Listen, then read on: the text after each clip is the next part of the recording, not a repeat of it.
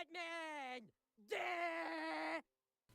Welcome, ladies and gentlemen. My name is qArtman, and today we're going to be talking about how you can improve in Gigantic, how you can get better at Gigantic. Now, mostly newer players are probably gonna watch this video, so I've put together 5 tips. Not only new players need to improve upon, I've seen a lot of experienced players that lack one of these tips, basically, or one of these advices too. So I put them together, and basically the first tip I'm gonna give you are basically the first thing you have to become better at Gigantic or to become good is mechanical skill. Now I consider mechanical skill, obviously you need to know what your skill does. You need to know combo. Basically, if you can combo up, like let's say on Wu, there's this pull into Q into R&B depending on whether you choose ride your tide. There's these combos, right? You need to know. For example, as Wu to become good. Um, but also stamina management goes basically flows into this one. You can't be a good player without any knowledge about stamina at all. You need to be basically master of stamina management to become good, just mechanically. But this mechanical skill isn't the only thing that is required for you to make for you to be a successful player in terms of basically winning matches. Now the second thing I have basically advice on is awareness. Now awareness is easily said. Awareness basically means knowing where your team is, knowing where the enemy team is, knowing what your job is as a hero. Like let's say you're a Wu.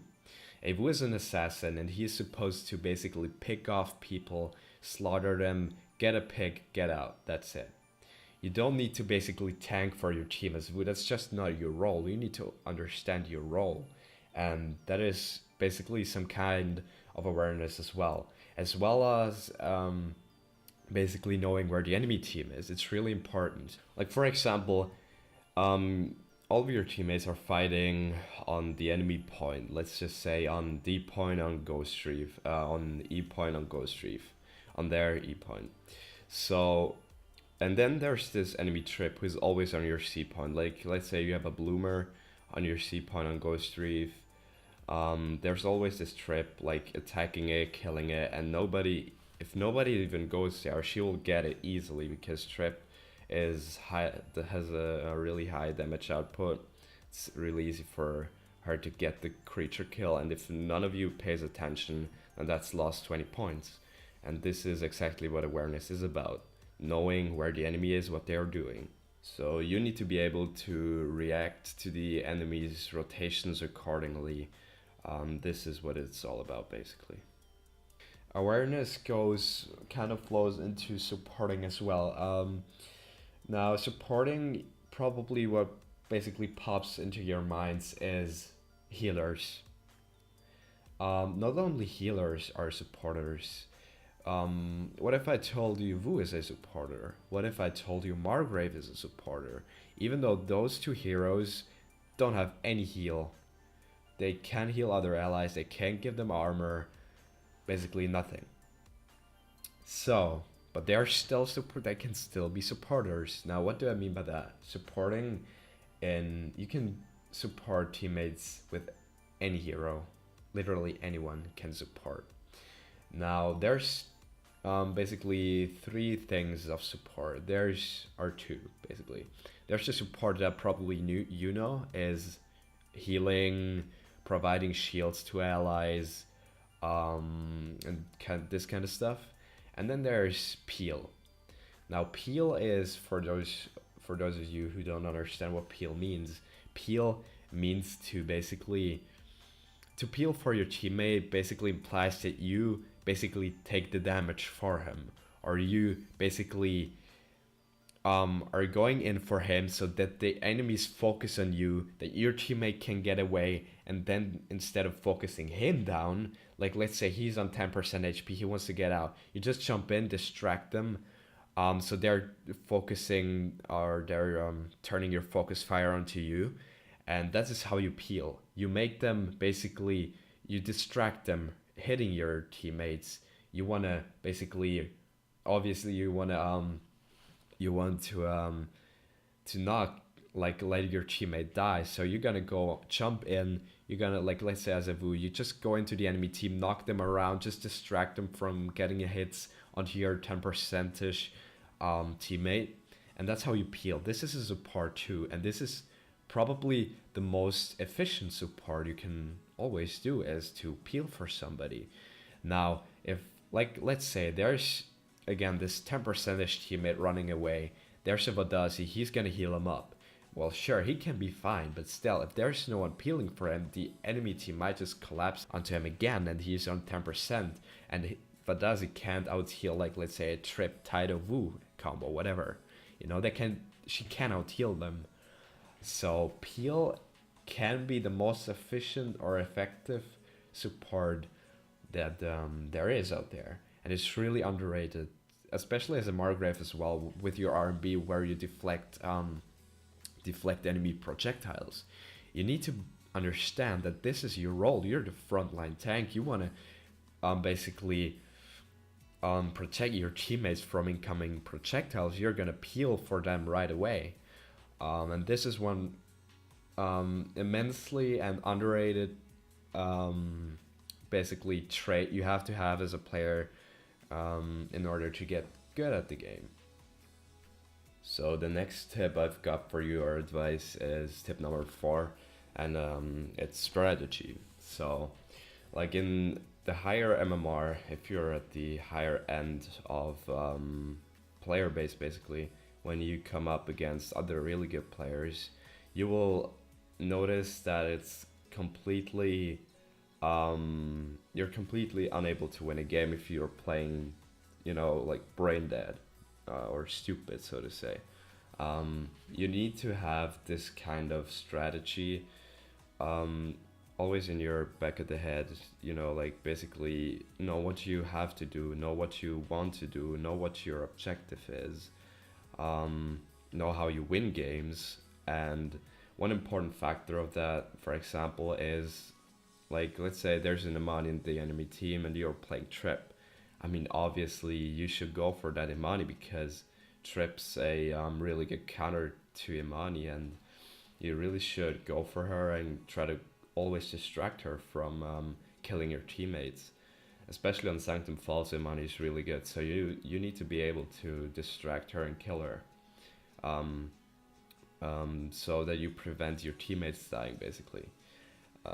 Another strategy is, as Trip, if there's no Imani, there's just a few support, like there's Uncle Sven, Vadazi, whatever support. Then they have like 2 front tanks like Margrave, Paco, whatever, and Beckhead, Trip as damage dealers, whatever. Then you just want to sit on the back line, like Beckhead support. You're just gonna distract them. You're gonna drag all their attention towards you and hope for your team to actually do something in the meantime. Like when they all are turning onto you, your team has pretty easy job firing them because there's a Margrave in the front of them. If they're coordinated, there still will be the Margrave at the front, but distracting is also a really good strategy, and it has worked a lot of times just because you just drag all their attention towards you. Your teammate gets free, like they can just fire free, basically. They have no pressure on them at all. They can just spam their cooldowns into them and, you know, kill them. This is one strategy as well. And tip number 5 I've got for you is something you can't get around. There's no shortcut for this. Experience. You need to have experience in the game. You can't be good with only playing one game at a day or once a week. You can't become the best, obviously. If there's really something in you that tells you to basically commit fully to this game and to, you know, like become as good as possible, then you need to invest time. You need to invest time into learning the game and all the other points I've mentioned. You need to be able to basically you need to say to yourself, I want to learn this. I want to get better at Gigantic. There's no way you're going to get better at Gigantic or at any game if you just play it casually one day at a week. You're never getting really good at that. You need to have this motivation, and with the experience, you'll automatically become better. Like, analyze your plays, analyze what you did wrong. Like when you died, when you start as a new player, record your matches and analyze them. Just look for yourself what you did wrong. Um, that way you will improve yourself a lot. You just see what you did wrong, and you just know how you can avoid it. And another big part of this is learning from the best. So just join, like, watch videos of pro players, or there's no pro players yet, but I just call pro players the players who are really good at the game. Um, but just compare yourself to the good players. Just watch their streams, watch their videos, what you are doing differently than them. Analyze their gameplay and compare it to yours. Like, just analyze both gameplays and compare it to each other and see what you did wrong, or what the better player is doing differently to your gameplay. Like, what does he do? Where does he rotate? How does he use his skills?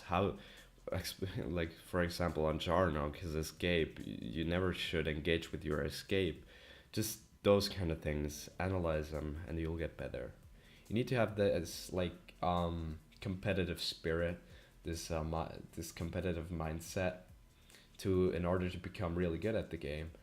And experience, there's no way around experience. You need to have experience to be good at the game. That's just how it is. There's no shortcut on this one.